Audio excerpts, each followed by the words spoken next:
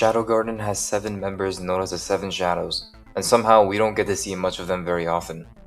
You've got the obvious ones like Alpha, who basically runs the entire thing, and Delta is pretty much a fucking walking nuke.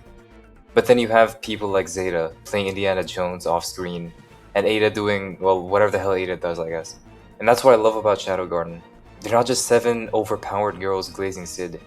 They all have their own roles, their personalities, and yet we barely get to see them. So I figured I'd go through the 7 shadows and figure out what each of them actually do, and how they play into Shadow Garden. First up, we have everyone's favorite, Alpha, or her formal title, Alpha the First. Now she does get the most amount of screen time, so I'll keep this part brief. Her role is to lead Shadow Garden in Sid's place, dishing out orders and leading battles. Now as the leader of Shadow Garden and the 7 shadows themselves, she's more than capable of maintaining order and keeping the group together through conflicts or disagreements. In other words, she's basically the mom of the group. She's also the 7 Shadows' most reliable member. I think somewhere Sid mentioned how she's the most versatile shadow, being able to adapt to pretty much anything that's thrown at her. On top of that, she's also the most powerful of the 7 shadows, in terms of tactical skill, being the only other person besides Sid to beat Delta. She even took it a step further and developed her own atomic in the game, inspired directly by Sid, which is pretty crazy even by Shadow Garden standards. That said, she's not perfect at everything. According to these Kage Jitsu spin-off specials, she's got a hilariously bad sense of fashion. She once tried designing animal-themed shirts for Mitsugoshi, which ended up failing miserably. So I guess even Alpha has things she struggles with. Anyway, despite her being a certified genius, she isn't the only one to earn Sid's praise. There's someone else on this list who's pretty damn capable, but we'll get to that later. Next up we have Beta, her title being Beta the Meticulous. Now she also gets a decent amount of airtime, so there isn't too much we don't already know about her. Her role in the garden is to gather intel through her connections as a writer. The anime kinda speeds through this, but during the time skip, she established a public persona named Natsume Kafka to write novels, because well, that's what she's into. Using Sid's shadow wisdom, she becomes a pretty well-known author, getting her into big places like the major corporate alliance. Now being a trusted insider, she has access to all sorts of sketchy cult-related intel that she can later report back to Shadow Garden. So her writing gig doubles as a hobby and as a means to gather info on the cult's whereabouts. In fact, I might be wrong about this, but I think she was the one who initially got word that Nu was in the cult's custody, and that's how they were able to rescue her later on. Speaking of rivals in the information game, that brings us to Epsilon, who's been beefing with Beta for years over, well, boobies. Next up, we have Epsilon the Precise, or Epsilon the Faithful. She earned that title because of her talent in magic control, the best in Shadow Garden, with the sole exception of Shadow, of course. I mentioned in my last video that she's the only other person who can cure possession besides Alpha and Sid, but her magic precision exceeds even Alpha's. I mean, she can dish out pure magic slashes, which is almost impossible to do in this world without a medium. Her role, though, is mainly reconnaissance. A famous musical prodigy and a composer in Oriana, using Sid's shadow wisdom to compose pieces that won over the hearts of countless nobles, meaning she can easily infiltrate elite social circles to potentially track down victims of possession or anything cult-related really. Even Sid had it handed to her that despite using her magic for questionable reasons like manipulating her fake slime bodysuit to make her slime boobs bounce naturally, she's definitely earned the title of the Precise. Funnily enough though, literally everyone of the 7 Shadows and even the underlings know about the slime thing. They just don't bring it up out of respect for her. Beta's the only one still left in the dark about it. And even funnier enough, her and Beta are pretty similar. They both built a career out of plagiarizing Sid's shadow wisdom, and they both used their influence to help Shadow Garden's info network. On a deeper level though, that need to be perfect probably isn't just for shits and giggles. I talked about her backstory in my last video, and her fear of being abandoned probably plays into it. Between that and her admiration for Sid, trying to be perfect might just be how she copes. Now we have Gamma, with her title being Gamma the Weak. Her role is the most obvious on the list though. She runs Shadow Garden through Mitsugoshi. It started off during the time skip where she took over an existing company called Luna Ltd. And as part of the deal, she took on the name Luna as her public persona. She later rebranded to Mitsugoshi and used Sid's shadow wisdom to create products that would change the world, allowing Mitsugoshi to spread into every major region on the map. Now she's still the weakest member of the 7 Shadows, hence the title, The Weak.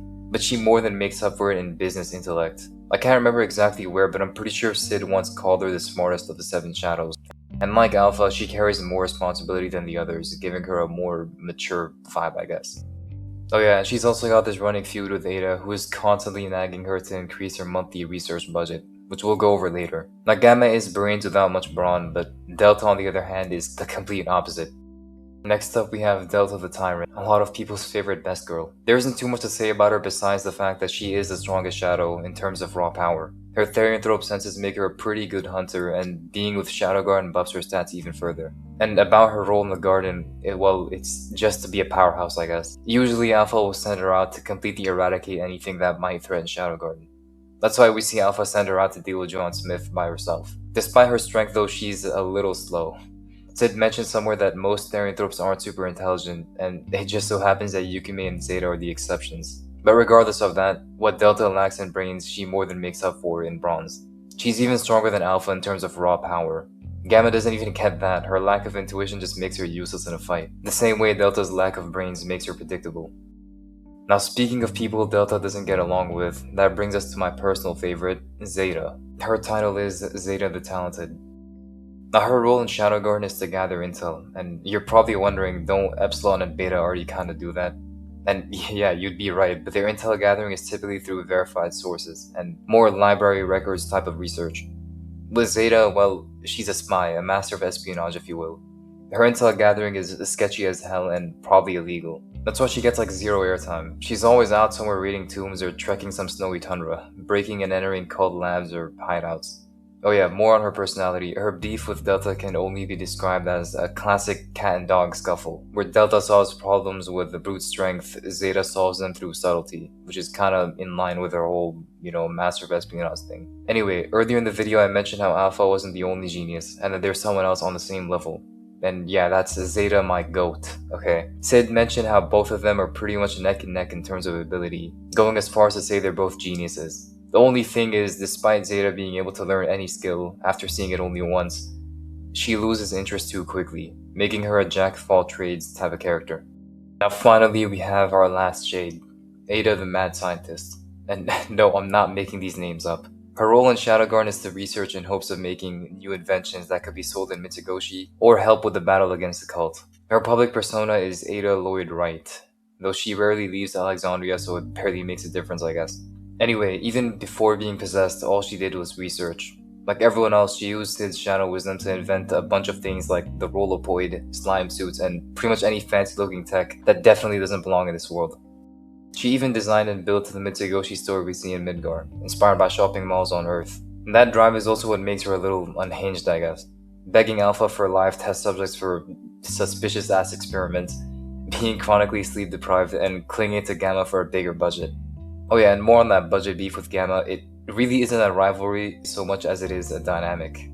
It is basically the nagging daughter and Gamma's the sugar mommy, making their interactions feel more familial. The Seven Shadows feel like a close-knit family. Even the rivalries between Delta and Zeta or Epsilon and Beta, they feel more like sibling rivalries rather than actual beef.